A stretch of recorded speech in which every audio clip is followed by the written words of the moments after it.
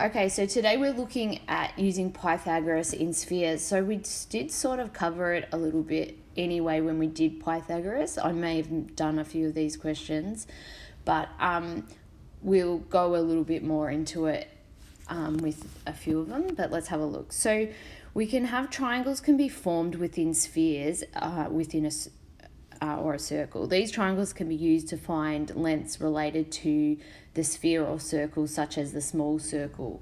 So really what they're talking about, and we did see a little bit of that with our latitudes.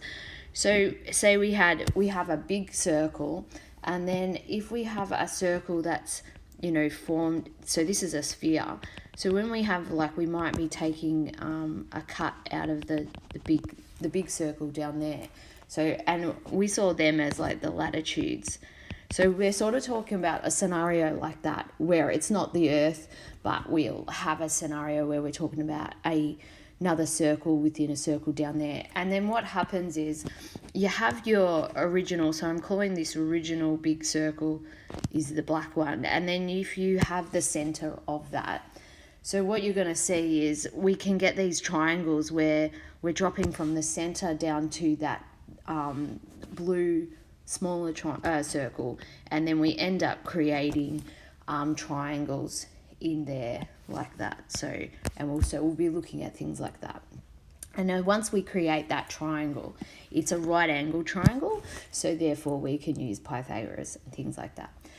So I've popped in this formula sheet because it can be quite handy to just make it a bit quicker so you can get through things. So what they're talking about, if you look, if I just drew my circle again, what I was talking about, and if you have this smaller circle that they're talking about down here, well, this smaller circle will have its own radius, so it'll be smaller. So in this diagram here, it's actually being called a capital R. So you can find the radius, and you can see of that smaller circle by going R times cos times the angle. So we saw this this is how we find the radius of the smaller circle in the latitudes. So you can see this. So you might want to just write, if you want to write a few little notes, that little r, so little r is the radius of your original big sphere of the big circle, or you might write the sphere. Okay, so there's what you're using, and the angle is what it's dropping. Now we know, we've seen that the angle of depression equals the angle of elevation, so it doesn't matter which angle you have there, you can use that one. All right, so I found this can be a bit quicker if you're trying to get through the questions. So let's go have some questions. So we have a pond in the shape of a hemisphere with the radius of 5 meters and the depth of water 1 meter. So just to help you visualize, that depth of 1 meter, that's coming up here like that. So that's 1 meter. Okay, so what I'm going to do is we're going to pretend that we obviously have an original circle like a sphere. So this would be the big sphere. So this is the big circle. And they said that the radius of the big circle is 5 meters. So from here down to the bottom would be 5 meters. So if we've got the depth of water is 1 meter, we're going to be working with this triangle in here, and we can already see. So I'll just draw there. This is our new, I'm going to highlight, that's the new smaller circle down there. Okay, so we've created a triangle, and I'll just draw the triangle out separately. So we've created this triangle here. So this is M, O, and A. Now, we could see if with the radius is 5 and the depth of water is 1, we can see, well, then this must be 4 meters between here. So in between there and there. Okay? So, and if you have a look, this So if I've got this smaller red circle down here. If you look across, A to M is actually going to be the radius of that smaller circle. So AM equals the radius of the smaller circle. Okay, so we can see that. And now in the question, they want us to find the length of the water line. So what that means is the water line is that red circle. So it is around here. So they want you to find the length of the water line. So what that actually equals is the circumference. So they want the edging of that water, which would be the edge of a circle is the circumference. So the circumference of the smaller circle, okay?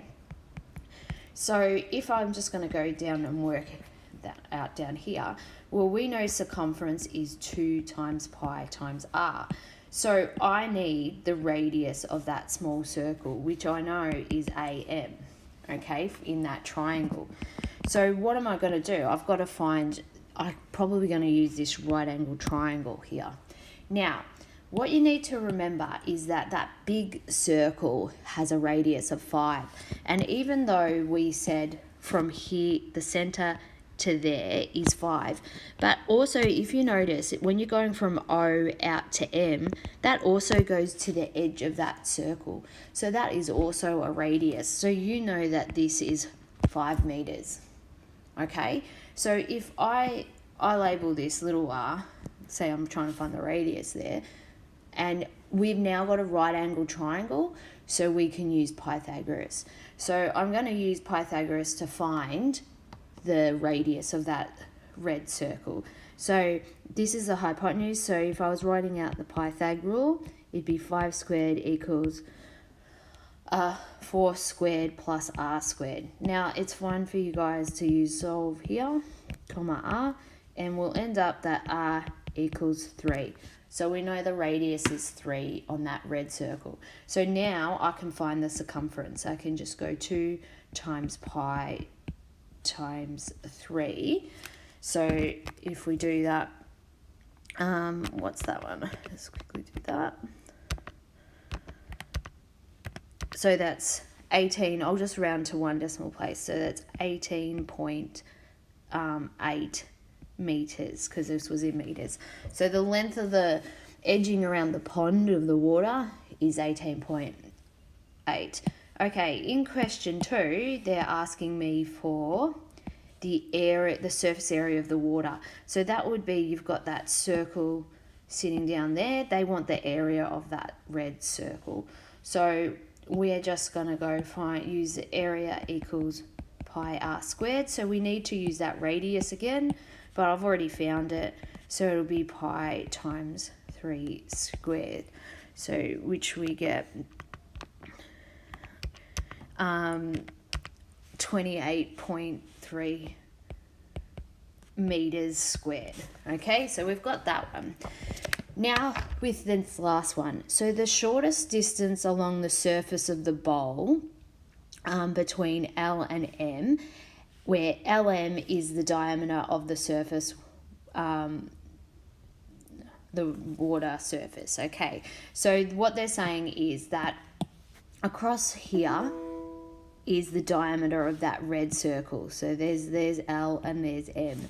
Now, if we know that the radius is 3, then the diameter must equal 6. Okay, so we know that.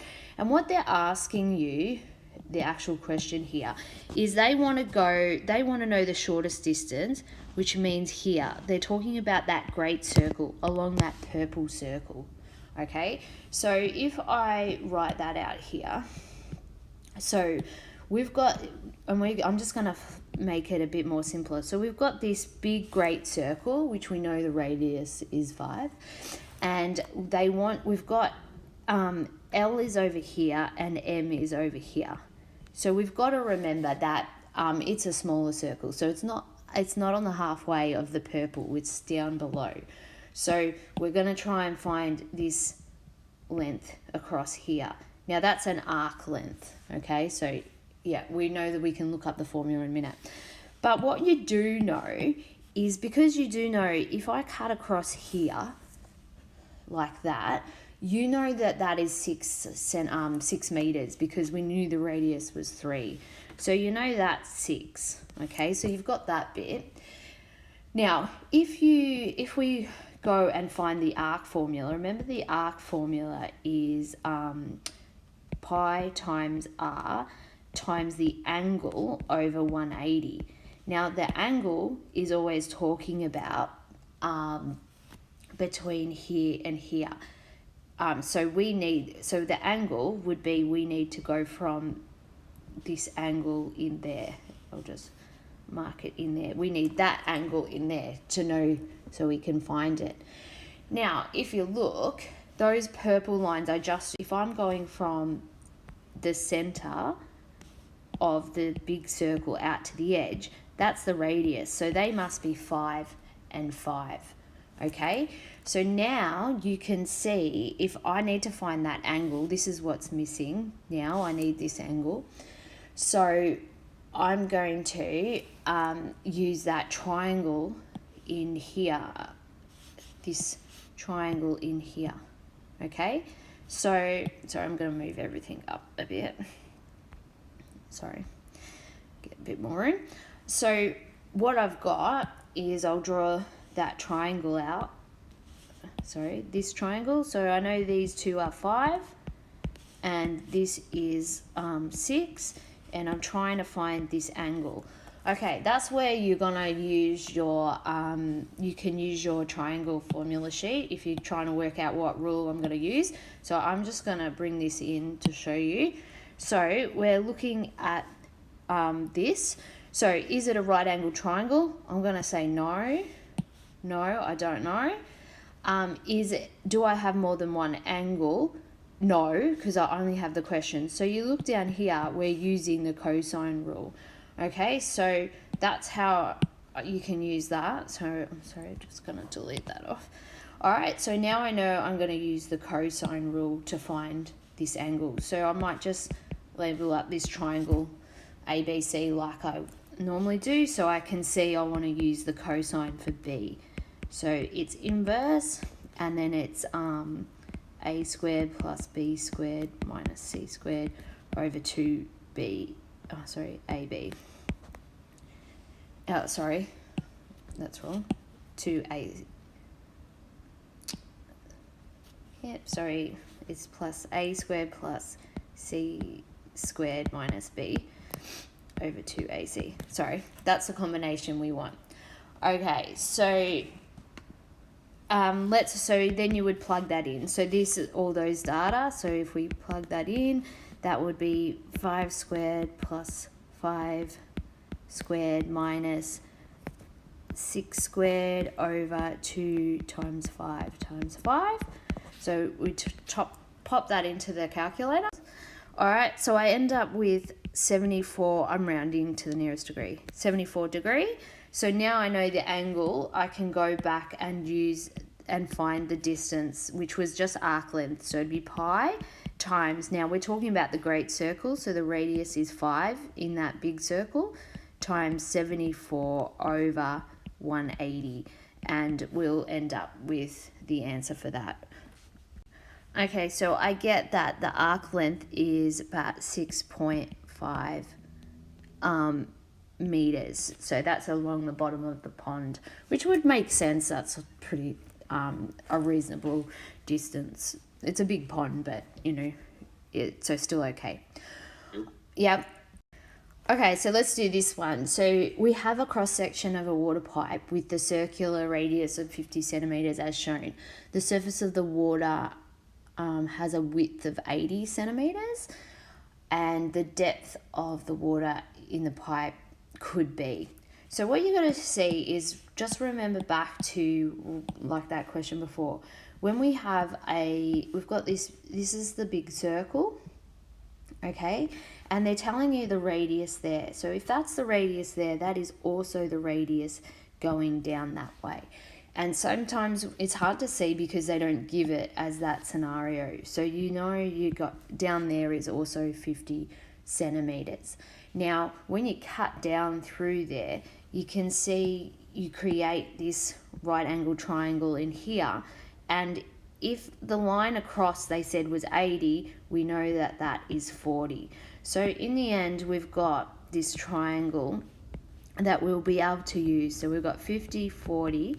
And what I'm going to do is I'm going to call this little distance bit x, okay? And obviously, we've got the depth of the water plus the x must equal, that would in total equal the 50 centimeters, the radius of that big circle. So really, the depth of the water is going to be 50 minus that x. So then I'm going to use this Pythagoras in this right angle triangle, and I'm going to use it to find x. So I've got 50 squared equals x squared plus 40 squared. So I'm quite happy for you guys to do solve here, comma x. So we end up with x equals 30. All right, so, and therefore the depth of the water equals 50 minus 30, so the depth is 20. So this is question 8, so it was one of the last ones, so it's supposed to be a bit trickier. And as I said, they've got your answer, they've got 30 in there, and that's going to throw you because you're going to finally find that 30 and you might be quick to the trigger and to select that answer, but it is actually 50 minus 30. So they're the things to look out for. But honestly, when you get a little bit stuck with these circle questions, get the radius, and you probably generally have to draw it out to different positions so that you can see the triangles that you need. All right, let's do this one. This one's not Pythagoras, but I just wanted to do some more sphere work questions with you. So the top of a hemispherical dome will be made of glass as shown in the diagram. So they're saying that this part up here is going to be glass. Okay, all right, fair enough.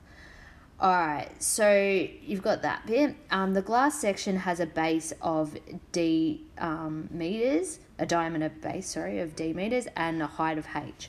The area of the base of the glass section is 1/4 of the area of the base of the dome. So what they're doing is they're actually giving you a similar figure ratio for area. So what they're saying, you've got if you've got the little circle up here, so that this one across there, that one's area is smaller, obviously, than the big one. So what they're saying is they're giving you the area ratio. They're saying that if this one was 1, this one would be 4 because it's 1/4 the area of the big one. So when they say show a calculation to show that the diameter D is 10, so diameter is a length. So that means you need to go back to we need to go to the length ratio. So to get to the length ratio, remember we do the square root of those two numbers, which would be 1 to 2. So the length ratio is 1 to 2. So what that means is if you have 1/2, it should equal the same as when you have those diameters. So we know the big diameter is 20, and we don't know what the smaller ones, we do, but they want me to show how it equals 10. So then you can see, obviously this 20 is dividing. If you moved it over, it'll times. So you'd end up with 1 times 20/2 equals D. So 20/2 equals D, and so therefore you've got 10 equals D. Okay. I think that the main thing they're looking for is that this is set up, and then you show that D equals 20. Okay, 10, sorry. Okay, so that was that one. Now this one, a solid cylinder has a height of 30 centimeters and a diameter of 40 centimeters. A hemisphere, is cut out of the top of the cylinder as shown. In centimeters, the total surface area remaining of the remaining solid, including its base, is closest to. So really start to break up the pieces. So when you've got total surface area, so remember you've got this base down, you'll have a circle base down the bottom. So that would be the bottom part, the bottom of this cylinder. So we'll call that the bottom. And then what you've got is you've got the bit around the edge of it. So if you cut that cylinder down there, if I cut a piece, what you end up with is a long rectangle, okay? And the length of this, which would be this around here, that edge, so that ends up being the circumference part, which is 2 pi r. So then you've got times 30. So this is that middle bit. Then you've got obviously you've cut out inside it, you've got that half of that hemisphere. So here you'll have the hemisphere to add into the surface area. So then what you do is just go, so when you're trying to find total surface area, just write the formula. So area of a circle is pi r squared plus this one, which will just be 2 pi r. This is a rectangle, so it'd be length times width. There you go. And then plus a hemisphere. Now, if you look up sphere, the total surface area of a sphere is 4 pi r squared. So if you look up a hemisphere, you've got half of that. So that would be 2 pi r squared. So I'd be adding that. Okay, so then you just go add in. If you looked at the radius, if they've given us a diameter of 40, then you know the radius is 20. So you can pop all that in. So that's 20 squared plus 2 times pi times 20 times 30 plus 2 times pi times 20 squared. Okay, so you do that one all on the calc. So I get that to be 7539.8. So I get 7540.